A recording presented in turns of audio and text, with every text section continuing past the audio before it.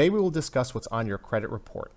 Most people are aware of what your credit report is, a detailed document of your credit history, typically from one of the three major credit bureaus, Equifax, Experian, or TransUnion. However, there are plenty of misconceptions about what exactly shows up on your report.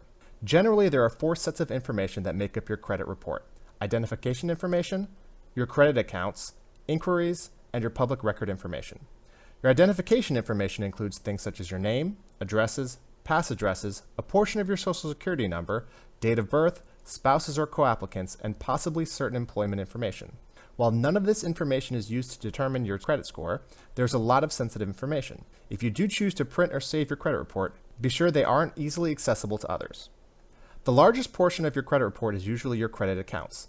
These can include a variety of different accounts such as credit cards, charge cards, auto loans, mortgages, and student loans, to name a few. There's also quite a bit of information to go along with each of these accounts, including the creditor, account numbers, recent balances, when the account was opened, and if the account is current, 30, 60, 90, or more days late. There may also be data about credit limits, high balances, and possibly even month-to-month data on balances, when payments were received, and the amounts paid each month. Another section is your credit inquiries. This section contains a list of everyone who has accessed your credit report in the last 2 years. Some of these can potentially have a negative impact on your credit scores, while some have no impact at all. We'll talk more about that next week. The final section are your public records and collections. Credit bureaus collect public information from state and county courts, including bankruptcies, foreclosures, and debts that have been sent to collections. Traditionally, your credit report also included civil judgments and tax liens, but recently credit bureaus have been moving to remove these from your credit report.